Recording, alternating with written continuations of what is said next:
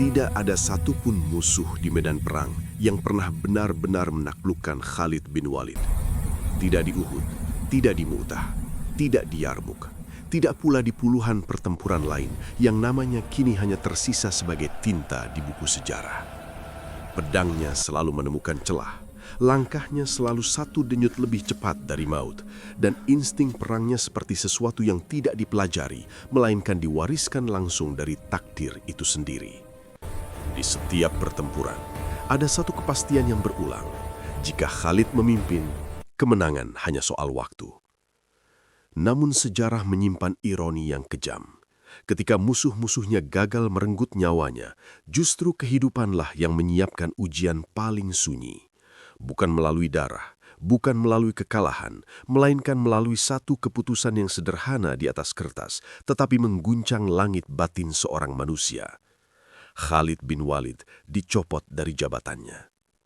Bayangkan ini, seorang panglima yang namanya membuat barisan musuh gemetar, tiba-tiba harus berdiri di belakang, menjadi prajurit biasa, tanpa komando, tanpa sorotan, tanpa hak memberi perintah. Tidak ada sorak kemenangan, tidak ada perlawanan, hanya sunyi. Dan disitulah, justru di titik itulah, kisah Khalid bin Walid berubah dari cerita tentang perang menjadi cerita tentang jiwa. Video ini bukan hanya tentang bagaimana Khalid menang di medan tempur. Video ini tentang bagaimana ia menang saat tidak lagi memimpin apapun. Tentang ego yang dilucuti, tentang kehormatan yang diuji bukan oleh musuh tetapi oleh ketaatan, dan tentang satu pertanyaan yang jarang kita ajukan. Apakah kita tetap setia ketika Tuhan mengambil apa yang paling kita banggakan? Dan jawaban Khalid akan mengguncang cara kita memahami makna kemenangan itu sendiri. Assalamualaikum warahmatullahi wabarakatuh. Semoga kamu yang sedang menonton video ini selalu diberi kesehatan, kejernihan hati, dan kekuatan untuk menerima takdir, baik saat berada di puncak maupun saat diuji dalam sunyi. Selamat datang di channel ini, tempat kita tidak hanya membicarakan sejarah Islam sebagai deretan peristiwa, tetapi sebagai cermin batin manusia. Jika kamu penikmat sejarah yang dalam, guru, siswa, atau siapapun yang ingin memahami peradaban Islam dari sisi yang jarang disentuh, silahkan subscribe karena konten seperti ini akan hadir secara rutin dan panjang. Dan tuliskan di kolom komentar, kamu menonton dari kota mana, agar kisah-kisah ini terasa hidup dan menyambung dari satu tempat ke tempat lain. Sekarang, mari kita mulai perjalanan ini perlahan-lahan, karena kisah Khalid bin Walid bukan kisah yang bisa dikejar dengan tergesa-gesa. Jauh sebelum Khalid bin Walid dikenal sebagai pedang Allah yang terhunus, ia adalah produk paling tajam dari kebanggaan Quraisy. Ia lahir di lingkungan yang menjunjung kehormatan, garis keturunan, dan keunggulan militer sebagai identitas. Bani Makhzum bukan sekedar klan, mereka adalah simbol kekuatan bersenjata Mekah. Dan Khalid tumbuh dengan satu keyakinan yang ditanamkan sejak dini. Hidup tanpa kemenangan adalah aib. Ia belajar perang bukan dari teori, tetapi dari pengamatan tajam terhadap manusia. Ia memahami bahwa pertempuran tidak dimenangkan oleh jumlah, melainkan oleh momentum. Ia membaca medan seperti membaca wajah, mencari keraguan, celah, dan ketakutan. Itulah sebabnya ketika perang Uhud meletus, Khalid belum memeluk Islam, tetapi sudah menunjukkan sesuatu yang kelak membuat sejarah terdiam. Manuvernya dari belakang bukit bukan sekedar strategi, itu adalah intuisi seorang jenderal alami. Dan kaum muslim merasakan langsung akibatnya. Ironi sejarah pun mulai terbentuk. Orang yang kelak menjadi pelindung Islam justru pernah menjadi salah satu luka terdalamnya. Tetapi justru disitulah kejujuran kisah Khalid terasa manusiawi. Ia tidak lahir sebagai pahlawan suci, ia lahir sebagai manusia dengan amarah, ambisi, dan kebanggaan yang keras. Dan Islam tidak menghancurkan sifat itu. Islam menundukkannya. Ketika Khalid akhirnya memeluk Islam, tidak ada seremoni besar, tidak ada penghapusan instan atas masa lalu, yang ada hanyalah proses panjang penyesuaian batin. Ia membawa pedangnya, instingnya, dan egonya ke dalam iman. Dan disitulah konflik sebenarnya mulai, karena tidak semua kemenangan lahir dari niat yang bersih dan tidak semua kehebatan langsung menjadi ibadah. Rasulullah SAW melihat sesuatu dalam diri Khalid yang tidak semua orang lihat, potensi yang berbahaya jika dibiarkan liar tetapi tak ternilai jika diarahkan. Maka Khalid tidak dijinakkan, ia dipercayai. Sedikit demi sedikit, ia belajar bahwa kemenangan bukan lagi miliknya, melainkan milik Allah. Sebuah konsep yang sederhana di lisan, tetapi mengerikan bagi ego seorang jenderal. Dan ketika Khalid mulai memimpin pasukan Muslim, satu pola muncul dengan jelas. Ia tidak pernah kalah. Di Mu'tah, saat pasukan Muslim diambang kehancuran, Khalid mengambil alih komando dan membawa mereka pulang tanpa kehancuran total. Sebuah kemenangan yang tidak tercatat sebagai kemenangan, tetapi menyelamatkan masa depan Islam. Di Yarmuk, ia mematahkan kekuatan Bizantium dengan manuver yang masih dipelajari hingga saat ini. Nama Khalid menjadi simbol, terlalu besar, terlalu dominan. Dan justru karena itulah bahaya mulai tumbuh. Karena sejarah tidak selalu takut akan kekalahan. Kadang sejarah justru takut akan satu manusia yang terlalu sering menang. Kemenangan demi kemenangan yang diraih Khalid bin Walid tidak datang dengan senyap. Ia datang dengan debu perang, teriakan pasukan, dan cerita yang berlari lebih cepat daripada kuda. Di setiap kota yang ditaklukkan, di setiap perbatasan yang diamankan, satu nama disebut berulang-ulang seolah menjadi jimat. Khalid. Bukan pasukan Islam, bukan strategi kolektif, bukan pula pertolongan Allah yang selalu disebut Rasulullah SAW. Yang diingat orang adalah sosok di garis depan, pemilik keputusan tercepat, pemimpin dengan insting hampir supranatural. Dan disitulah masalah mulai bersemi. Pelan, nyaris tak terlihat, tetapi mematikan. Umat Islam sedang tumbuh, dari komunitas yang tertindas menjadi kekuatan yang disegani.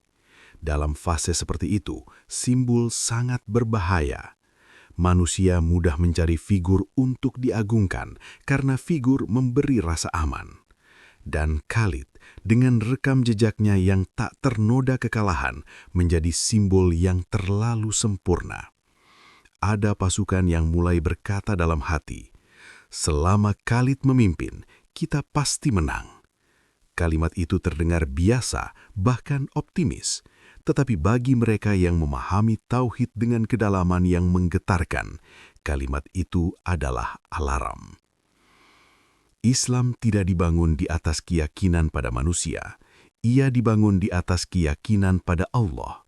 Dan sejarah menunjukkan bahwa setiap kali umat menggantungkan harapan pada individu, bukan pada prinsip, keruntuhan hanya menunggu waktu.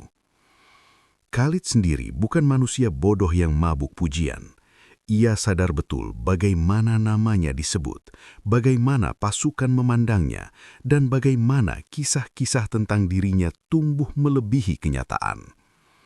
Namun justru disinilah konflik batin itu menjadi rumit. Ia tidak pernah meminta pengagungan itu, tetapi ia juga tidak bisa menghentikannya. Setiap kemenangan menambah beban yang tak terlihat. Ketakutan bahwa suatu hari orang-orang tidak lagi melihat kemenangan sebagai karunia Allah, melainkan hasil dari satu manusia. Ketika Rasulullah SAW wafat, luka umat Islam bukan hanya kehilangan pemimpin spiritual, tetapi juga kehilangan penyeimbang ego manusia. Di bawah kepemimpinan Abu Bakar As-Siddiq, badai besar datang, riddah, pemberontakan, dan perpecahan. Sekali lagi, Khalid menjadi ujung tombak. Sekali lagi, ia menang. Dan sekali lagi, namanya semakin mengeras dalam benak umat. Namun para pemimpin yang bijak selalu berpikir jauh melampaui hari ini.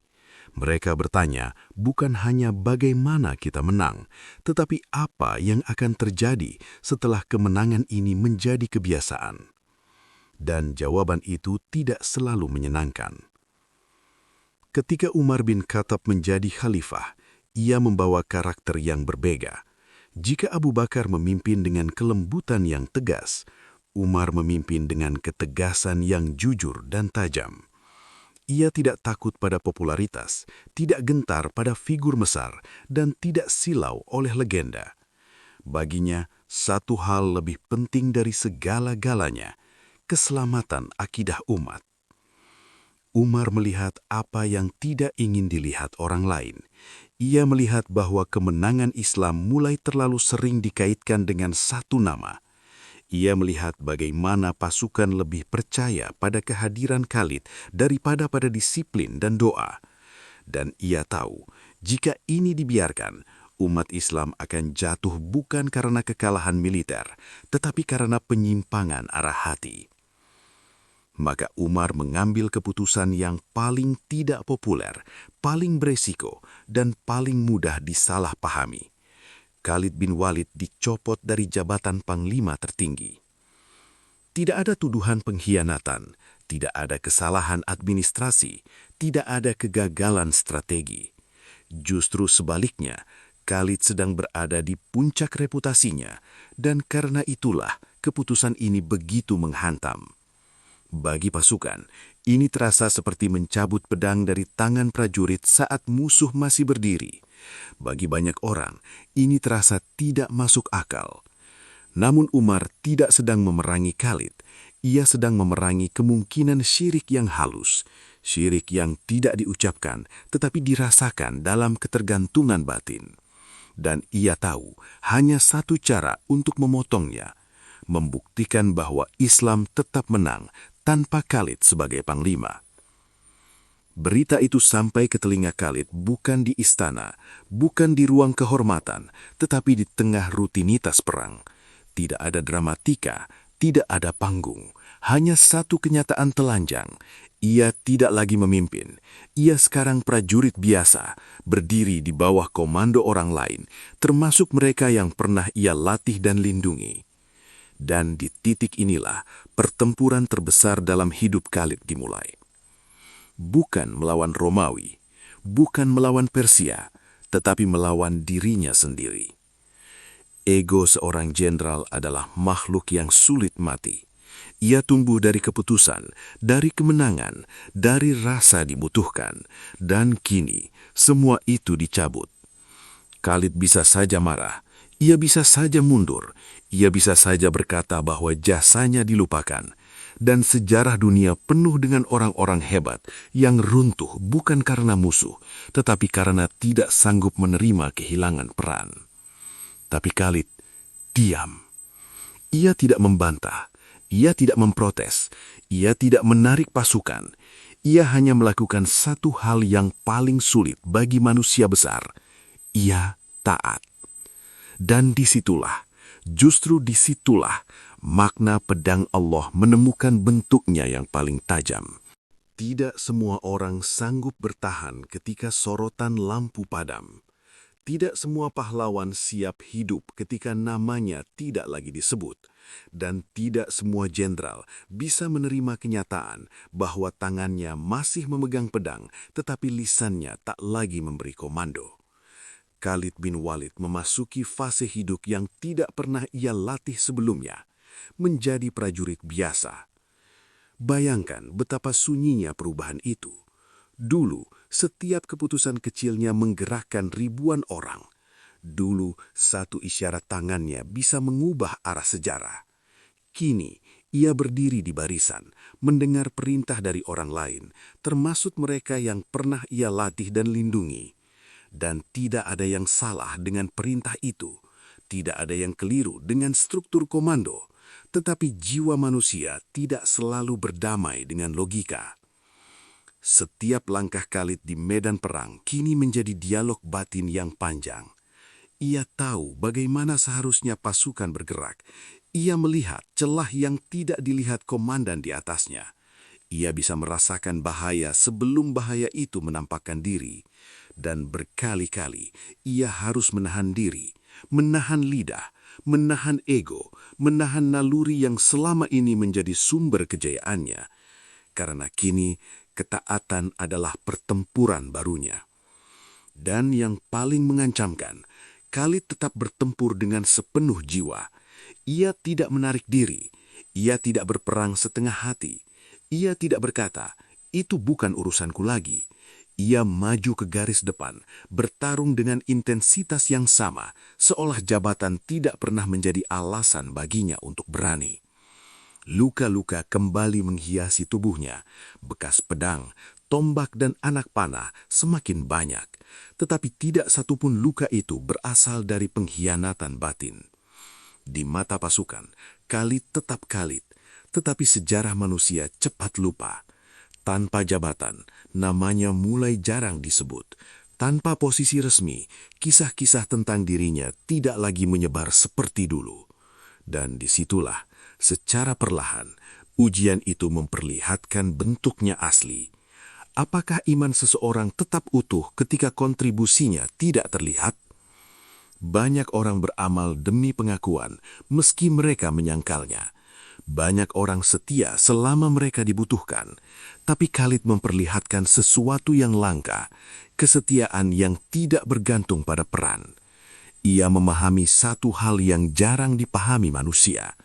Jabatan bukan bukti cinta Allah, dan kehilangan jabatan bukan tanda murkanya. Semua itu hanyalah alat, dan alat akan diambil ketika tugasnya selesai. Ketika Khalid berbaring di randang kematiannya, tubuhnya penuh bekas luka. Tidak ada 1 inci pun yang tidak disentuh senjata.